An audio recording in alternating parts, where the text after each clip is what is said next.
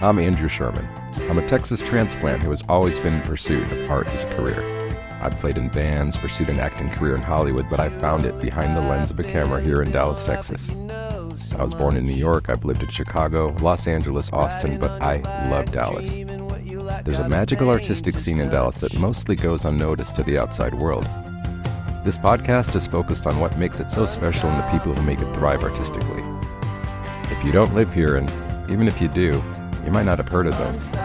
This is the Dallas Famous Podcast. So who you gonna be? Who you gonna be when you're all grown up? Who you gonna be? Who you gonna be when you're all for us? Yeah. Robb Hudspeth is living out his acting dream in North Texas, one independent film at a time. He, like many artists, work a day job to have the freedom to be an actor.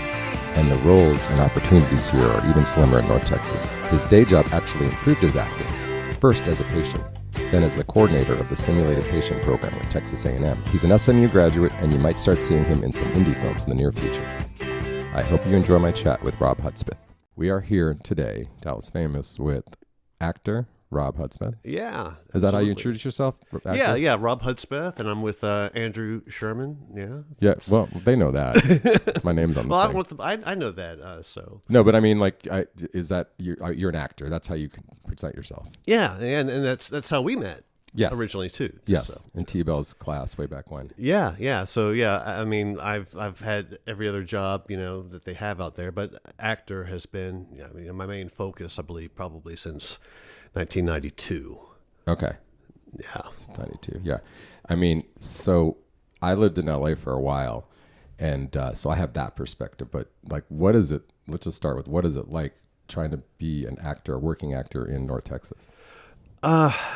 It's not easy. I mean, it's so different from New York or LA or even Atlanta. Things are getting better. They're building more and more facilities here. I just read like 2 days ago they're building a studio complex in Mansfield. What? Of all places. Yeah, like a multi-million-dollar studio that's going to try and attract Hulu and Netflix and all kinds of other productions. I mean, who knows how successful they'll be. And I've heard that HBO is building a new facility, a new studio down outside of Austin. I mean, lots more going on in Austin, it seems, these days. But still, I mean, just from Austin to Dallas, there seems to be a lot of action going on now. When I first started, like back in 92, things were still kind of popping around here. I mean, you still had Walker, Texas Ranger, the Chuck Norris show that was filming here at the time. I believe the second iteration of Dallas was underway in the mid to late 90s. And so there were a lot of local actors who would work on those shows, but still all the stars were cast out of LA. Yeah, exactly. So there was really hardly anyone. It's still like that? Yeah, it's still like that. Yeah. There's some exceptions. I mean, I know there's some actors, some very talented, and kind of famous LA actors who live in Dallas, but still, right? They're not homegrown here. Yeah. No. Well, yeah. I mean, they grew up here, but still, they got their start in LA. Right. And they made their name in LA. Well, I lived in LA, and a lot of people, maybe it wasn't conscious, maybe it was, but it's almost like we want to succeed here so we can go home. Yeah. So that does make sense to me. All right, but we're getting way ahead of ourselves because let's talk about you. Well, no, it's good. But Robb, okay, so let's start with your Texan. Yeah, Texan. Well, actually, I didn't move to Texas until I was probably around 10 years old. Still counts. But my parents, my grandparents, I mean, my roots go back several generations in Texas. My parents just happened to move around a lot when I was little. But yeah, been in Texas since 1979. It's when we moved here. I went to school in Dallas, went to school at SMU. Oh, okay. I was a film major, majored in cinema. And back then we used wind-up Bolex 16-millimeter cameras. Right. We couldn't even do sync sound. So it was all silent films that we would go and add a music track to later. I did all my film editing with the razor and tape. Oh, geez. Yeah. Wait, so you went to film school to make films, not to act? Yeah. I mean, I was I was there to direct. I was going to be a film director. Okay. But I kind of noticed that I thought it was odd that nothing about the film program at the time had anything to do with acting. I thought, well, if I'm going to be a film director, should I know something about acting? If I'm going to be working with actors. So my senior year, I took as one of my electives, like a intro to acting or your basic acting class. And that was the 1A I made that year. Everything else was pretty low. But the 1A I made was in the acting class. And I thought, okay, maybe maybe there's something more here for me. Maybe I might do better in front of the camera than behind it because I'm just not that technical minded. So fast forward a couple of years. I mean, right out of college, I ended up getting a job as a DJ. Well, not really a DJ, but I guess a DJ for a classical radio station in East Texas. Oh, you mean on the air DJ? Yeah, on the air. Yeah, I mean, I would introduce it. Now we have Mahler's Symphony No. 6, Bruno Walter conducting the Columbia Symphony Orchestra on KTPB. Got the voice for it so I'd hit that, and then the symphony would play for an hour, right, and I'd go smoke or something. Right. Then come back and say, oh, that was Mahler's Symphony No. 6. Up next, Beethoven. So that's not much of a chatterbox DJ, but that's what I was doing, anyway. Yeah. Right after college. But then I, saw some ads for this acting school in Dallas, and I thought, I really felt drawn to it. Really felt sort of compelled to maybe that's what I really need to be doing. Uh-huh. So I enrolled at KD Studio, which is still there. Still there. And it's expanded. It's their program has gotten bigger, but at the time, they offered this professional actors program where they would teach you, all the craft of it, the skills, the business part of it. They taught, movement, diction, voice, stage combat, acting for camera, acting in theater, just a pretty well-rounded acting program. And they were offering, an associate's degree with it. And I was like, well, I've already got my bachelor's. I really don't need an associate's. Right. They said, well, we can still work with you. You just won't have to take those courses. And I thought, oh, cool. Yeah. So I only had to take the acting courses there. And, it was all right. I'm curious, it's cool that they had a business prep, but how good was that really? Of all the people who I went to school with, I think only 3 of us are probably still acting. Mm-hmm. You can't blame the school on that. That's just the nature of the business. Yeah. As far as the business aspect goes, I mean, they were pretty blunt about things. Mm-hmm. All of our teachers were local working actors. That's good. Yeah. Everyone who was teaching was also, my first voice coach, he had worked on JFK. He had a role as one of the FBI agents or something like that. Another one of my teachers, he wrote radio jingles, so you heard him on the radio all the time, and I'd see him on air conditioning commercials. So I'd see my teachers, actually working. So we were being taught by working professional actors. Okay. So that was cool. That's important. As opposed to just someone who had a theater degree from, Central Texas University or something, who's there, no, it wasn't any of that. So that was good. You come to KD, you're Dallas. So, was it hard to get an agent back then? Yeah. I mean, at the time they had a showcase. So after you went through the 2 years at KD Studio, they had a big, showcase where you would come out and do a scene or do a monologue. They invited all the local agents and whatnot with you to watch you. And, afterwards, a lot of people would get approached and get signed by a local agent. And that didn't happen for me at that time anyway. So I was like, oh, okay, well, that didn't work out. But I had some friends that I met there at KD, and they were, let's get a little comedy troupe together. Let's do some comedy sketches and stuff. So I thought, oh, okay, I enjoy doing that. So I, hooked up with a few people, little groups here and there that we would do shows at the Pocket Sandwich Theater and some other venues around the place. I mean, there's never any audience for it really, but it was fun. I enjoyed doing it, and it was good practice for me. But that sort of led me to a guy coming to town named Randy Bennett. And Randy was the director of education for the Groundlings in L.A. So he had worked closely with Phil Hartman, John Lovitz, Pee Wee Herman, Paul Rubens. So those were all basically his classmates. And then he went on as to be the director of education there for the Groundlings. So his idea was to sort of do a Groundlings Dallas. So he came to Dallas and he started a school called Lone Star Comedy. And I was in the very first group. You had to audition to get in. You had to talk to him, and I was able to get in. So I was in the very first group with a lot of what I considered at the time pretty accomplished local Dallas actors, far more accomplished than I was. People who had been stand-up comedians, locally famous radio personalities, things of that nature. Guys who'd done theater for years. Some very established actors were in this initial group.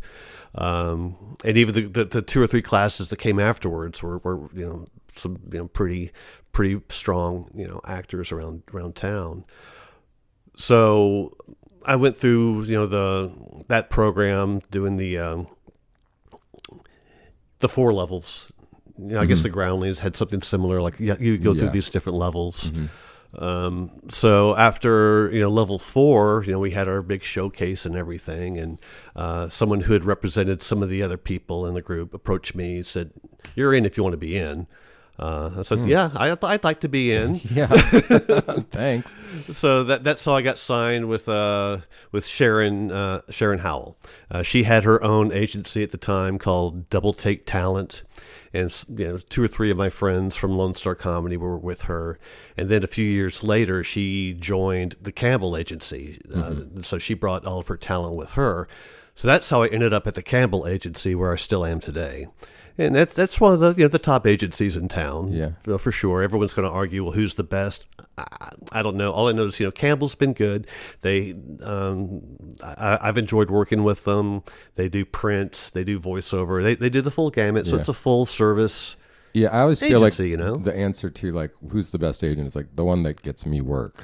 Yeah, but then the thing is, all the agents submit everyone for the same projects around here. Yeah, because there's not so that much. So it's not like one's doing more than the other. Yeah, so it's like who's going to book you? That doesn't really depend on your agency so much. Okay, as long as they're pushing you, because as long as your agent is a franchised agent and they have the right connections to get you the auditions that you want, then that's fine. Yeah. After that, it's out of their hands anyway. Yeah. No, I remember God. I'm bitter. My LA agent. I'm going to tell any of those stories right now. Let's get a little bit more into the scene here. I admit I got to town and I got my old agent in Austin, and I did one job, and I was like, I'm done. I don't want to drive to Austin. I think one week I drove to Austin 7 times. I had 3 callbacks. Yeah. I got one part that I got cut out of.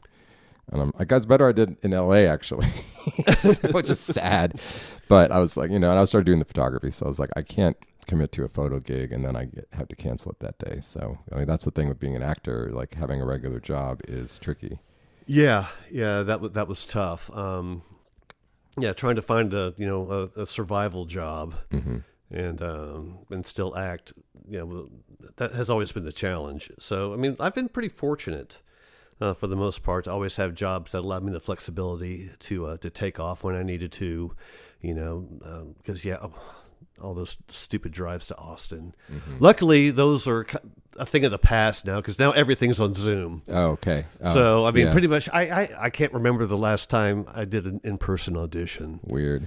I hated those. I never felt like I connected once on one of those. Granted, I've come to the point where I'm like, I just sucked as an actor. So well, no, that's not true. I sucked at auditioning. That is true. Okay. That is definitely true. Yeah. I never saw your audition, so I can't. But I've worked with you, so I know you're a good actor.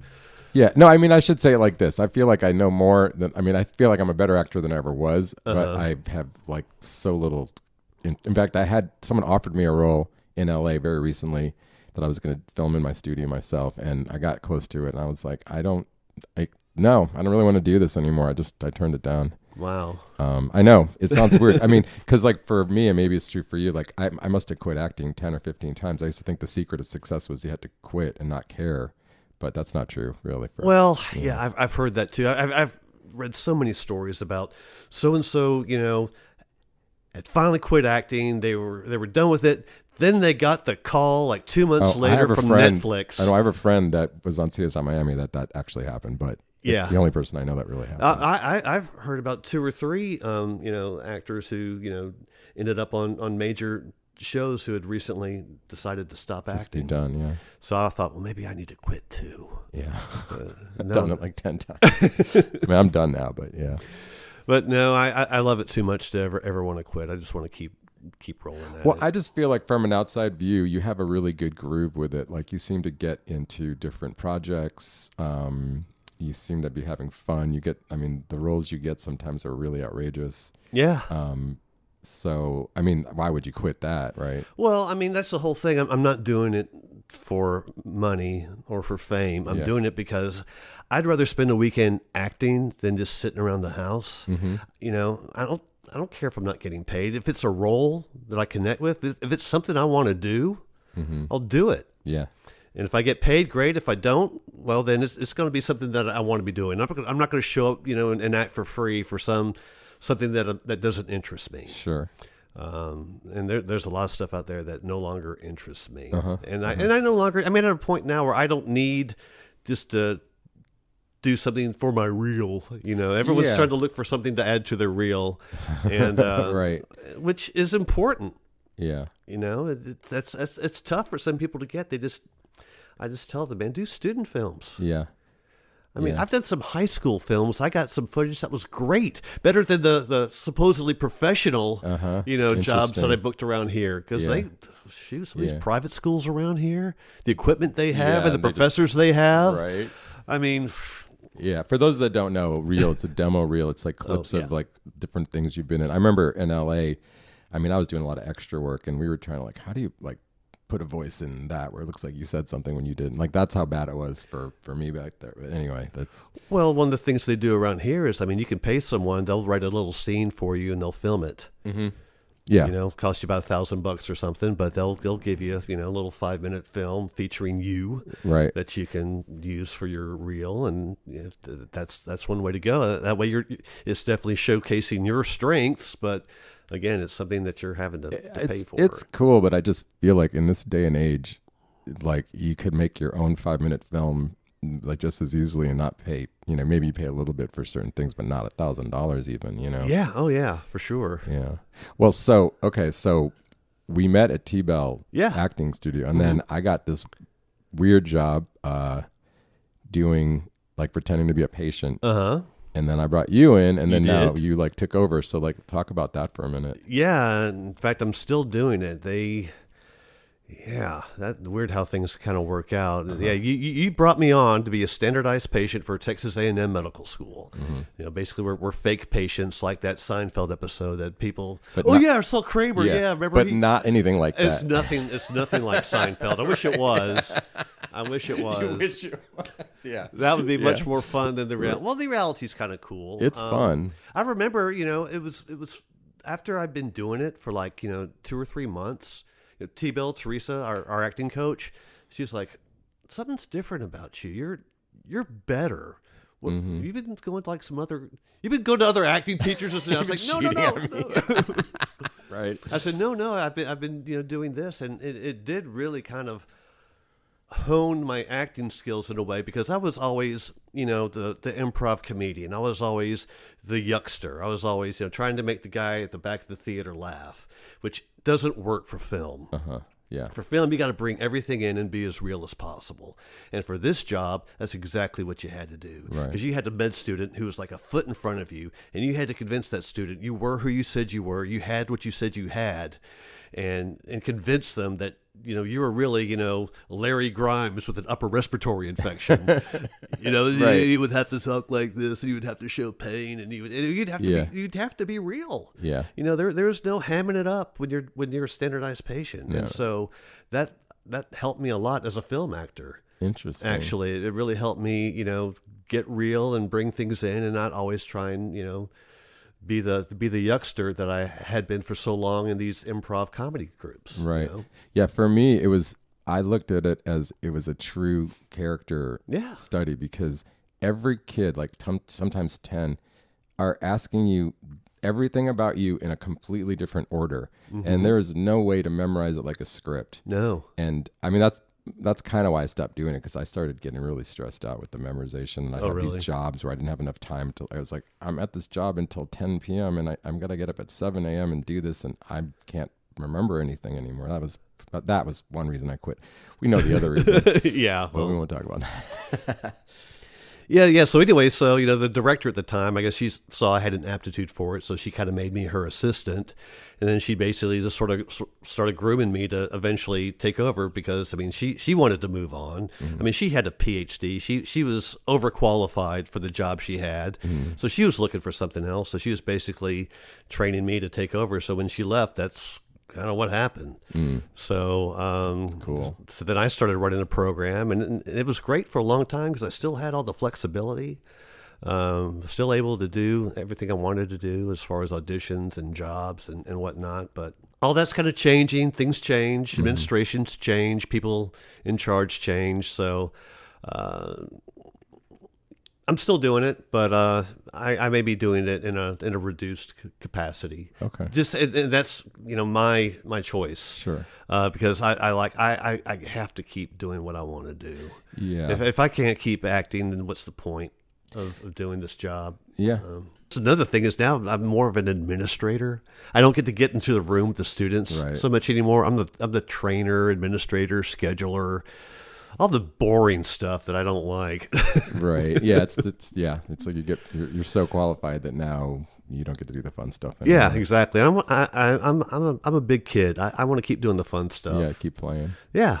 Exactly. Talk to me a little bit. I mean, I don't know how involved you're, but like I think you won some Rack Focus awards. Yeah. Talk to me about Rack Focus a little bit. Yes, that was like a local film competition. Is it still happening? Yeah, it's still. In fact, they're about to start round 13 or 14, I think. They tend to do like 3 rounds a year, and it's one of those things where you basically go, you sign up, say, hey, I have a team. We want to do a short film, and there's rules that you have to go by, and like you pay, I think $100 to enter, and basically as long as you get your film submitted on time and it meets the time limits, you're in the festival. And then they'll have a screening, and then they'll have judges there who will vote on the films. They'll give feedback on the films. The audience will do the same. And I mean, when it first started out, it was really popular. I think like you would have like 30 or 40 films. I actually did a film. I actually did produce and direct and star in my own Rack Focus film, I believe, for round 3. Didn't win anything, but it was it was fun, and it was an experience. Just to get out there, and no one's going to make any money off these little films. These are 10-minute films. Yeah, but it's just kind of, I mean, I think it's a cool way to get people to see your film. It is. in a room where you can get a reaction out of it. It is. You get to sit in a room. You get to see yourself on the big screen, because these are shown in actual movie theaters. That's cool. So you see yourself on the big screen, and you get to hear the audience reaction. You get to get some feedback from the judges, which is questionable at times. I mean, some judges have been better than others. Right. Okay.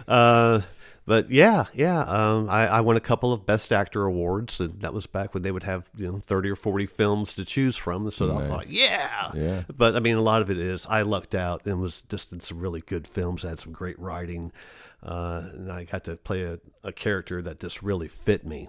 Right. So a lot of that was just fortunate on my end. Yeah, I mean, yeah, but you executed. You nailed it. Yeah, I mean, I guess it's better to get it than not get it. But at the end of the day, you're like, it's fine. It's cool. It's fun. I mean, it's just cool. It's cool to be recognized. You know, Yeah, I've never won any awards. Yeah, I mean, and I did. I mean, some of those films went on to some other festivals, and I won, Best Actor awards at those other festivals too. Yeah. So it wasn't just Rack Focus, because that's the thing. If you make a Rack Focus film, you can enter it any place else. It's not exclusive. Oh, okay. So a lot of those films would go to other festivals and play and play well, and so yeah. So let's maybe visit some of your favorite roles. Oh, let's see. I really didn't get serious about doing film work until about like 2012, 2013. Up until then, I was just only taking what my agent sent me and just wasn't really trying to submit for anything else. But then I started talking to people and found out there's this whole other world of films that were being done, the student films, the independent films, the short films that, didn't pay. So your agent's not going to send you out on those. Mm-hmm. But I thought, I want to do those. I want to make a movie. I don't care how small it is. I don't care how small my part is. I want to get in front of a camera and do some work. Mm-hmm. So around that time, I just started, submitting for things. And, this was after I started with T-Bell, but a few months after I started, with Teresa, I started, booking things. It's amazing how training and classes do actually help you. It's funny, huh? So I got better, believe it or not, and that money I paid for those acting classes paid off. And so I started booking, some short films here and there. One of the first ones I did that I kind of enjoyed, I played this Nazi, this SS officer who sort of torments this GI. It's a really bizarre, it's a very surreal little film, and I end up getting the hell beat out of me and everything. But it was fun because I really got to play a character at that time, and it looked great. I mean, when I saw the footage, I was like, wow. Like they were using they rented these $70,000 anamorphic lenses to put on their red camera, and I was like, wow, that's so awesome. It's not just someone's, little... Yeah. Well, I didn't even think about it like that. It's like you're not getting paid, but like how else are you going to get shot on such amazing equipment? Yeah. And these were like, these were professionals who they were like commercial film. They made commercials. And so this is something that they would do on their weekends, to be creative. So it was just my chance to get out there and play, and I got to do my German accent, and it wasn't very good, but it was, I guess, better than the other people who auditioned. So the best German Texan accent. My best German accent. Yes, I played it very well.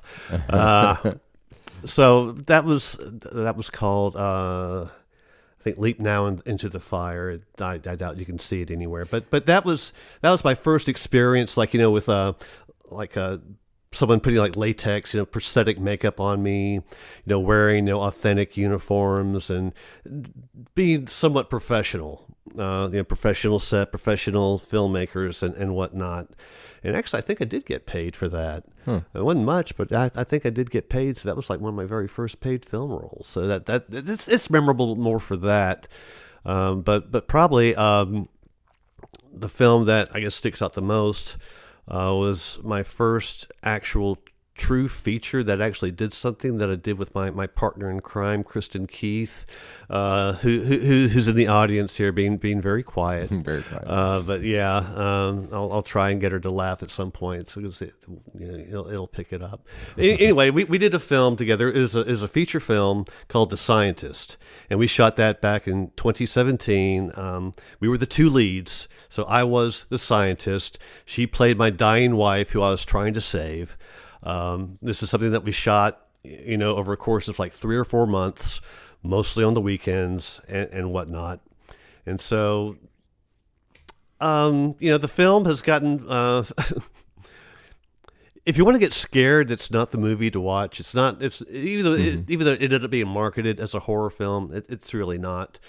But it was kind of cool because it eventually got, released on DVD. Like we got to go to Walmart and see it there on the shelf. It's like, wow, nice. There's a movie that we starred in there on the shelf in Walmart. You turn over the back. There's our names. Look, there's my picture there on the back. They left her out for some stupid reason. Put somebody else on there.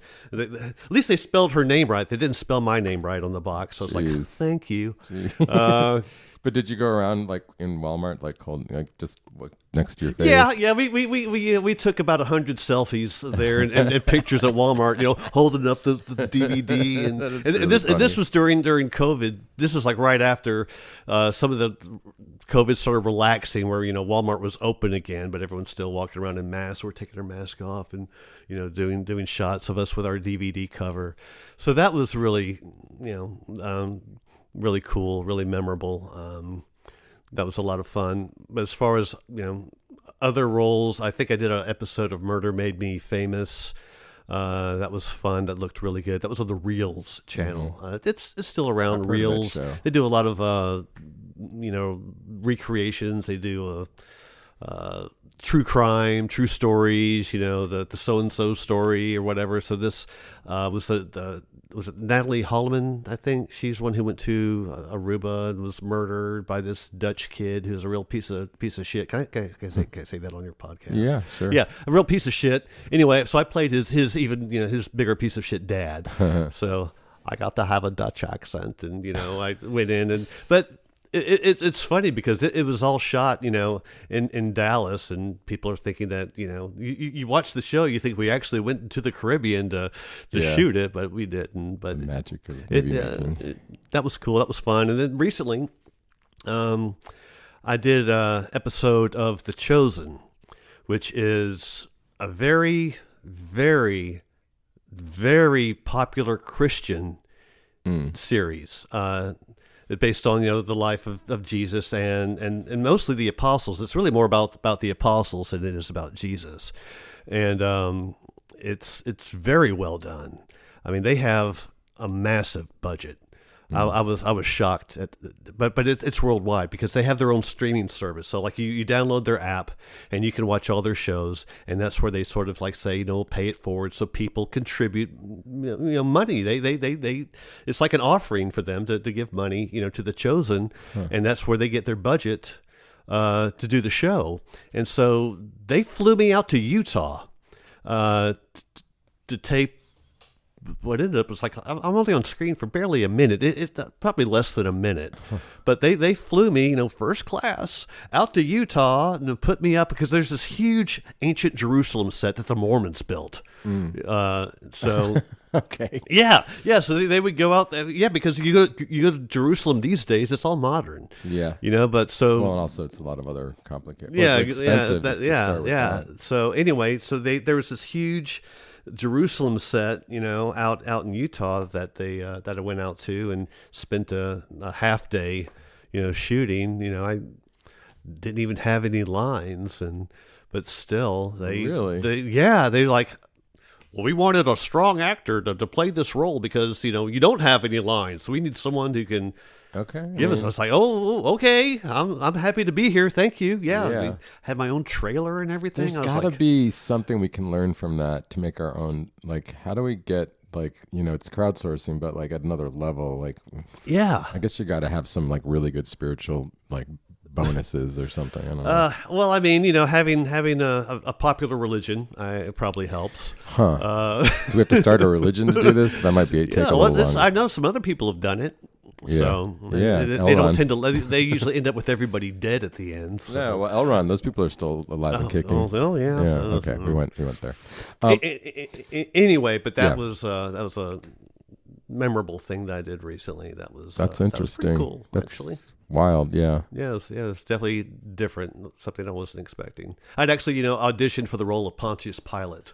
But they cast someone who's like 20 years younger than me, so I really can't compete with that. That happens. I mean, it does.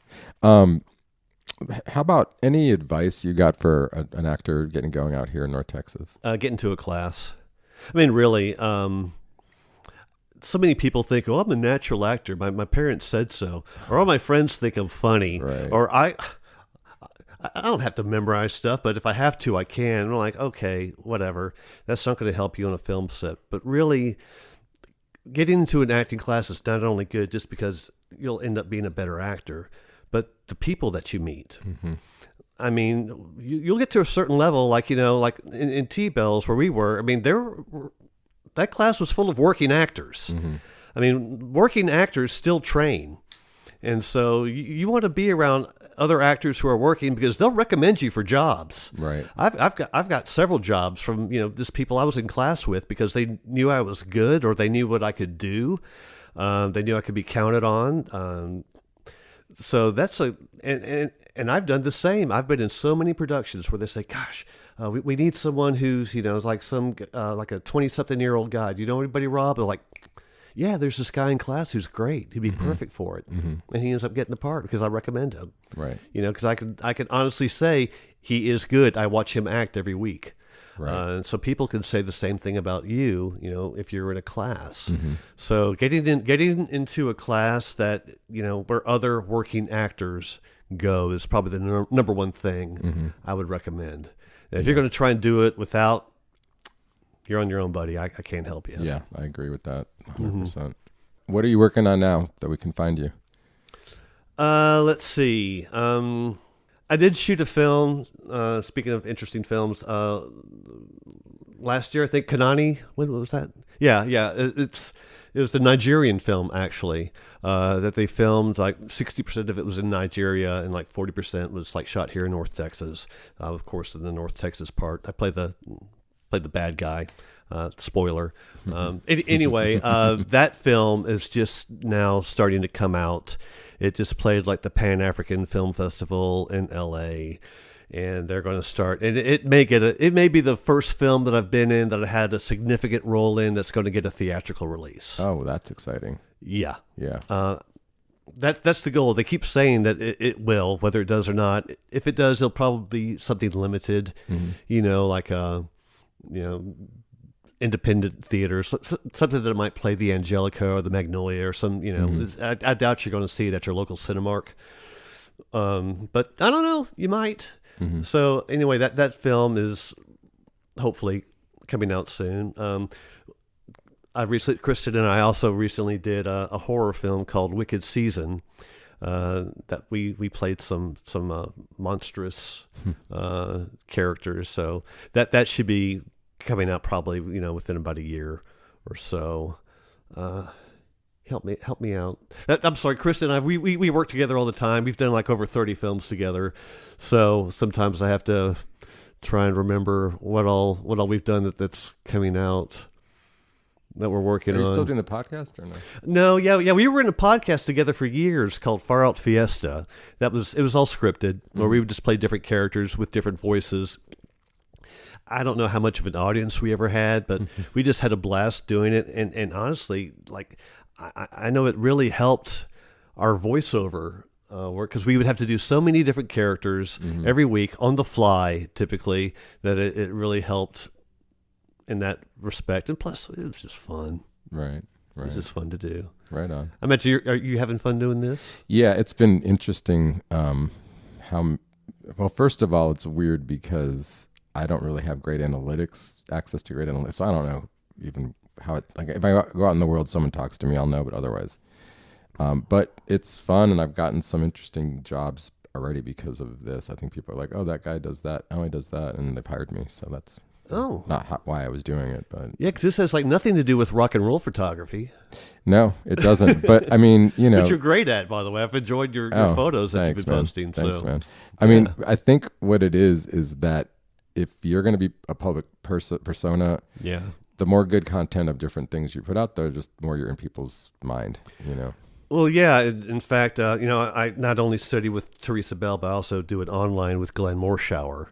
And Glenn, he lives in Dallas. He grew up in Dallas, but he's one of those guys that, is probably the most successful actor in this town.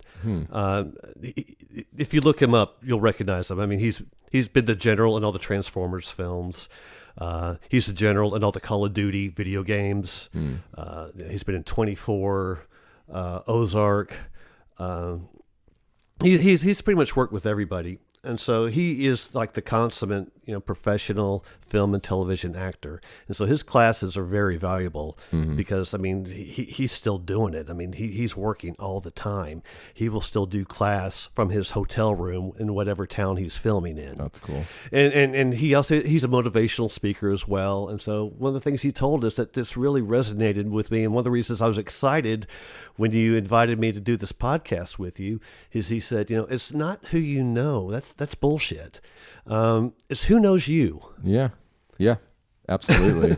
And so you got to make sure you got to get your name out there. You got to get your face out there, and you got to get people to know who you are. Yeah. If you're going to do anything in this business, just knowing who the top casting directors does you no good if they don't know who you are. It's true. So it's true. That's one of the things that I kind of want to start focusing on because I've been really, really crappy about my own personal. I've never been a big self promoter, but I guess I feel like we missed that curve a little bit. The younger generation just gets the social media and the self promotion and how it connects. Also, if you go to LA now, I think you have to if you're trying to get an agent, they're looking at your Instagram followers and stuff. And I'm like, I got hacked last year, so I lost my whole old Instagram. And so my new one's tiny at Drulio Photo. I'm just saying that now because maybe 5 people will follow. Nobody ever follows for anything. Follow it's hilarious. Drulio Photo. Yeah, it's funny. Instagram. Yeah, you got lots of cool stuff on yours. So that's a shame, man. That sucks. It's because Meta doesn't have any real people working there because it would have taken 1 second to fix it. I think both of us, Kristen and I, also both separately, our accounts got impersonated. Didn't get hacked, but someone made a very similar, Robb Hudspeth instead of Robb Hudspeth actor, and they basically copied all of my photos I'd posted. Then they contacted all of my followers trying to say that I needed money or something. That's what it is. Okay. So I think with Kristen, they were there trying to promote their porn site or whatever. Wow. Okay. So yeah, she had lots of interesting. You probably left a lot of money on the table, but we respect it. All right. Hey, Robb, thanks again for stopping by. Look out for some of these projects. Look out for Wicked Season. Look out for Kanani. Hopefully I'll have some of my own personal content I'll be, posting in the very near future. I'd like to thank my guest, Robb Hudspeth, for joining me today. Theme song, Unstoppable by Salim Narala. You can check out the Dallas Famous podcast every week on Beat LM Radio, Sundays and Tuesdays at 1 p.m., and then again on all the podcast places.